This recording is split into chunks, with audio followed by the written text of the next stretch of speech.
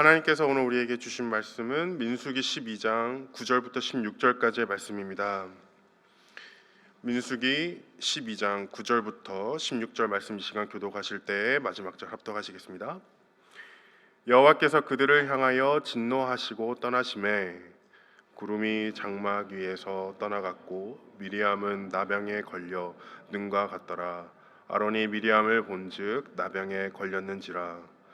아론이 이에 모세에게 이르되 슬프도다. 내 주여, 우리가 어리석은 일을 하여 죄를 지었으나 청하건대 그 벌을 우리에게 돌리지 마소서. 그가 살이 반이나 썩어 못대로부터 죽어서 나온 자 같이 되지 않게 하소서. 모세가 여호와께 부르짖어 이르되 하나님이여, 원하건대 그를 고쳐 주옵소서. 여호와께서 모세에게 이르시되 그의 아버지가 그의 얼굴에 침을 뱉었을지라도 그가 이랫동안 부끄러워하지 않겠느냐. 그런즉 그를 진영 밖에 이랫동안 가두고 그 후에 들어오게 할지니라 하시니, 이에 미리암이 진영 밖에 이랫동안 갇혀 있었고 백성은 그를 다시 들어오게 하기까지 행진하지 아니하다가 그 후에 백성이 하세롯을 떠나 바란 광야에 진을 친지라. 아멘. 하나님의 말씀입니다. 어제 본문과 이어지는 오늘 본문입니다. 어제는 그 죄가 주제였다면 오늘은 벌이 주제입니다. 어제가 있으면 오늘이 있듯이 이 죄가 있으면 반드시 벌이 있습니다. 그것은 진리입니다. 9절에서 10절 말씀 보시면 여호와께서 그들을 향하여 진노하시고 떠나심에 구름이 장막 위에서 떠났고 미리암은 나병에 걸려 눈과 같더라. 여기서 저희가 알아야 할 것은 이 나병은 벌이 아니라는 것입니다. 그렇다면 무엇이 벌일까요? 바로 이 하나님의 떠나심이 벌입니다. 구름이 거쳐졌을 때 자연스럽게 모든 것들이 그 뙤약볕에 놓임과 같이, 그리하여 모든 것이 낱낱이 드러남과 같이 이 하나님의 은혜가 구름과 같이 겉어졌을 때 자연스럽게 모든 죄들이 낱낱이 드러나게 됩니다. 10절에 그 미리암은 나병에 걸려 눈과 같더라의 말씀을 통해 처음부터 이 나병 중증에 임한 미리암의 상태를 알 수 있습니다. 그것은 처음부터 나병 중증에 걸린 것이 아니라 이미 나병 중증에 있었던 이스라엘의 상태가 그 뙤약볕에 그대로 드러난 것을 상징합니다. 12절에 살이 반이나 썩어 모태로부터 죽어서 나온 자의 말씀은 이 원죄로 인하여 이미 모태로부터 죄인 되었던 이 이스라엘을 상징합니다. 그동안 이스라엘이 잘해서 하나님의 은혜가 있었던 것이 아니고 하나님께서 그들과 함께 있었던 것이 은혜입니다. 그러므로 이 떠나심의 말씀은 이 하나님의 은혜의 결여로 볼 수 있습니다. 하나님의 은혜가 결여된 곳은 늘 이 참혹한 죄와 벌의 현장만 남게 됩니다. 그것은 진리입니다. 13절 14절에 보시면 이 떠나신 것과 같이 보였던 하나님은 이 모세가 기도를 드릴 때에 늘 곁에 계셨던 것과 같이 곧장 응답을 하셨습니다. 모세가 여호와께 부르짖어 이르되 하나님이여, 원하건대 그를 고쳐 주옵소서. 여호와께서 모세에게 이르시되, 하나님께서는 죄와 벌만 남은 이 참혹한 현장을 허락하셨습니다. 그리고 그들에게 다시 한번 은혜 강구함의 기회를 주셨습니다. 저희는 이 두 가지 질문을 가질 수 있습니다. 왜 미리암일까요? 인과응보의 하나님이 아니기 때문입니다. 인과응보대라면 미리암과 같이 아론도 또 그 모든 이스라엘 사람들도 다 나병에 걸려야 마땅합니다. 이 아론이 나병에 걸리지 않은 이유는 그의 성별이나 그의 직업 혹은 그의 업적과 아무런 상관이 없습니다. 하나님께서는 이 나병을 통해 이스라엘 전체에게 경고를 하고 계신 거고, 그와 동시에 회개의 기회를 주고 계신 것입니다. 다음 질문입니다. 왜 나병일까요? 나병은 이 나균이라는 이 세균에 의해 발생하는 만성 감염병으로 특징 중 하나가 매우 긴 잠복기라고 합니다. 이스라엘 백성들의 죄는 이 나균과 같습니다. 긴 잠복기 가운데 어느덧 이 영적 나병의 중증에 놓인 이스라엘을 뜻하고 있습니다. 친형 아론, 친누나 미리암이 이 모세의 권위에 도전한다는 뜻은, 그 현상은 이미 그 어느 누구든 모세에게 도전할 수 있다라는 뜻을 보여주고 있는 것입니다. 나병과 같은 영적 교만함, 그로 인한 불순종, 그리고 결국 표출된 이 영적 권위에 도전하는 행위는 이 나병의 중증과 같습니다. 도스토예프스키 소설의 한 부분을 읽어드리겠습니다. 인간은 여태껏 이것에 전염된 환자들만큼 자기 자신을 확고부동한 진리를 파악한 현인처럼 생각한 적이 한 번도 없었다. 그들만큼 자기의 판단이나 학술상의 결론, 도덕적인 확신과 신앙 등을 움직일 수 없는 진리인 양 생각하는 사람은 전무후무했다. 서로 이해하려 하지 않고 저마다 자기 한 사람이 진리를 파악하고 있는 것처럼 생각하면서 남을 보고 번민하고 자기 가슴을 두드리고 손을 비비면서 울었다. 그리고 누구를 재판해야 할지도 모르고 누구를 악으로 삼고 무엇을 선으로 삼아야 하는지에 대해서도 의견 일치를 보지 못했다. 또 누구를 유죄로 하고 누구를 무죄로 할 것인지도 몰랐다. 일상적인 일들은 모두 내던져 버렸다.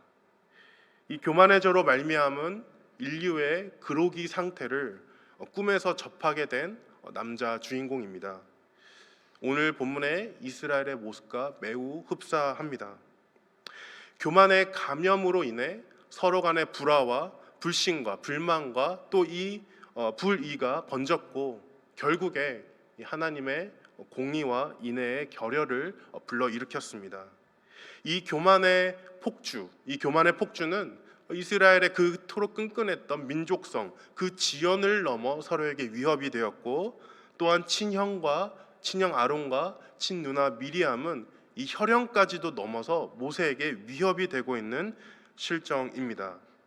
마치 끝없는 세포 분열 가운데 피부 밖으로 허옇게 드러난 이 눈과 같은 그 나병의 중증 증상과 같습니다. 이제 이스라엘에게 필요한 것은 단 하나밖에 없습니다.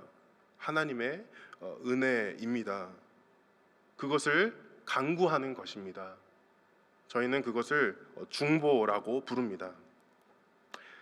중보는 이 죄와 벌에 대처하는 성도의 첫 번째 자세가 됩니다. 오늘 본문에서 모세의 중보를 찾을 수 있습니다. 아론은 자기가 걸렸어도 이상하지 않을 그 미리암의 나병을 두고 회개의 기도를 드리는데 그 대상이 모세입니다.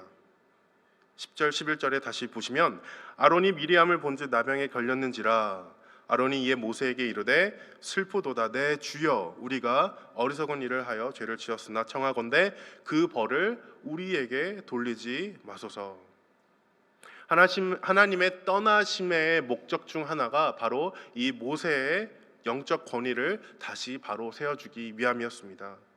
하나님의 부재가 생기자 이스라엘 사람들은 다시 그들이 도전했었던 모세를 의지하기 시작합니다. 아론은 모세를 주여라고 표현하고 있고, 자신의 죄, 나의 죄 혹은 미리암의 죄가 아니라 우리의 죄라고 표현하며 이스라엘 백성들을 대표하여 모세를 하나님으로 두고 기도하는 모습을 보여주고 있습니다. 하나님의 능력 구함으로 홍해를 갈랐던 자, 하나님의 부르심 가운데 시내산에서 이 십계명을 수령한 자, 이 광야에 필요한 모든 것들을 하나님께 간구하여 받은 자, 바로 이 모세입니다.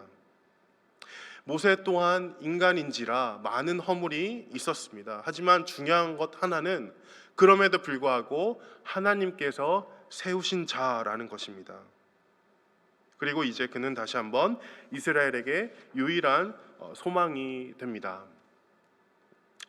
이 하나님의 은혜 아래 가려져 있었던 이스라엘의 이 영적 중증 상태가 은혜의 결혈로 적나라하게 낱낱이 드러나 버렸습니다. 그런 그들을 향해 모세는 다음과 같이 중보합니다. 하나님이여 원하건대 그를 고쳐 주옵소서. 이 짧고 굵은 이 모세의 기도의 핵심은 그의 마음의 원함입니다. 그것이 바로 중보입니다. 그에게 도전하였던 원수와 같은 이 이스라엘 백성들의 고침 받음을 간구했던 모세의 마음 담기 원합니다.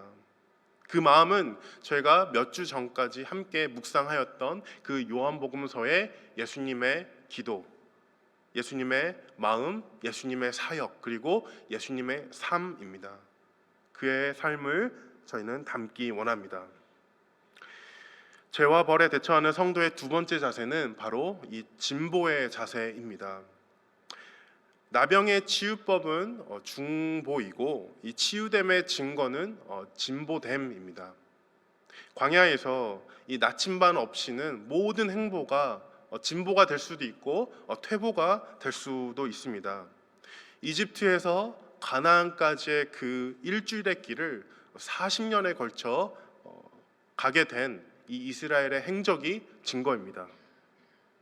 오늘 본문에서 하나님께서는 이스라엘의 퇴보를 중단시키셨습니다. 그리고 그들로 하여금 그 일주일의 시간을 이 진보의 시간으로 보내게 하셨습니다. 14절에 보시면 여호와께서 모세에게 이르시되 그의 아버지가 그의 얼굴에 침을 뱉었을지라도 그가 이레 동안 부끄러워하지 않겠느냐. 그런즉 그를 진영 밖에 이레 동안 가두고 그 후에 들어오게 할지니라 하시니. 이 미리암이 무리로부터 일주일 동안 격리된 것은 이 이스라엘을 육적으로 보호하기 위함보다 그들로 하여금 이 마음의 진보를 갖게 하기 위함의 목적이 있습니다. 일주일이면 이 노예의 땅에서 약속의 땅으로 갈 수 있듯이 그 일주일이면 이 형벌에서 은혜로 갈 수 있는 시간이 되는 것이었습니다. 미리암을 위해 일주일을 이 육로로가 아닌 영으로 행보하게 하시며 교만의 폭주를 잠재우시고 은혜로 공동체를 돌보게 하는 그 마음의 진보를 갖게 하셨습니다. 그것이 하나님께서 바라신 이스라엘의 진보가 됩니다. 또한 저희들에게 바라시는 성도의 진보가 됩니다. 그 은혜로 말미암은 진보가 없이는 이스라엘의 모든 행보는 광야 땅에서 다 퇴보가 될 수밖에 없습니다. 그러므로 이스라엘에게 광야에서 필요한 것은 구름과 같은 하나님의 은혜입니다.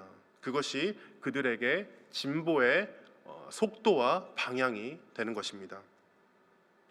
광야와 같은 나의 삶의 이 그릇된 각도의 삶의 방향과 행여 폭주하고 있는 나의 교만함의 속도를 내려놓고 오늘 말씀을 묵상하기 원합니다. 말씀을 마치겠습니다. 이 앞서 발췌하여 읽어드렸던 소설의 제목은 죄와 벌이지만 결론은 사랑입니다. 자신의 비범함을 위해 이 살인도 마다하지 않고 그것을 스스로 정당화시키고 양심의 호소를 이 사상 추구의 이유로 무시했던 이 남자 주인공은 교만의 폭주자입니다. 그런 그를 이 기독교 세계관으로 이끌고 참회와 갱생으로 인도한 이 여자 주인공의 중보와 진보는 이 죄와 벌을 대처하는 성도의 자세와 매우 흡사합니다. 중보와 진보는 비인과응보적 하나님의 은혜를 깨닫게 하는 중요한 요소들입니다. 이 성도의 삶이란 어쩌면 매번 반복되는 저희의 입술의 중보와 또 마음의 진보의 연속이 아닐 수가 없습니다. 인과를 응보하지 아니하시고 그 어떤 인과든 이 중보와 진보로 이끄시는 하나님의 은혜를 이 아침 시간 바라보기 원합니다. 모세의 기도처럼 원수를 위해 중보할 수 있고 예수님의 삶처럼 그 삶 자체가 중보적 삶이 되는 그리하여 함께 약속의 땅으로 나아가는 그 하나님의 은혜의 자리로 나아갈 수 있는, 진보할 수 있는 저와 초대교회 성도님들 되시기를 주님의 이름으로 축원드립니다.